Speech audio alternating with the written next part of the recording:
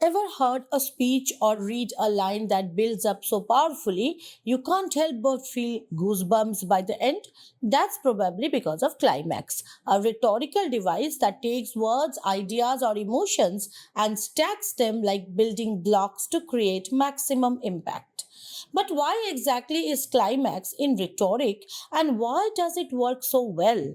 Climax comes from the Greek word for ladder, and that's exactly how it works. It arranges ideas, phrases, or events in ascending order of importance or intensity, leading to a peak moment that leaves a lasting impression.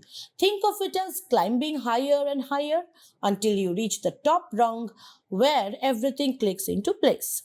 For example, in Martin Luther King Jr.'s iconic I Have a Dream speech, he doesn't just stop at one dream, he layers them, each more powerful than the last. By the time he reaches his final crescendo, the emotional weight is undeniable. That is climax in action.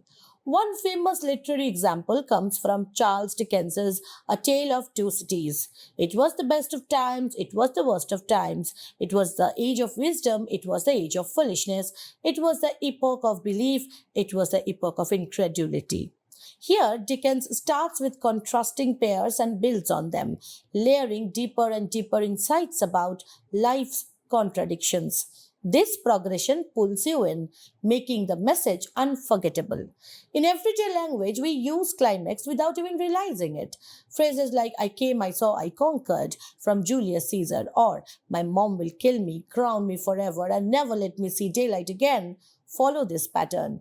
Each part escalates, adding tension, humor, or drama depending on the context. Climax isn't just limited to speeches or literature, it's everywhere. Even jokes use climax when they start with setup lines and hit you with a punchline. Why does climax work so well? Because it mirrors how our brains process information. We naturally respond to patterns that grow in intensity. It keeps us engaged and invested. When done right, it transforms ordinary communication into something extraordinary.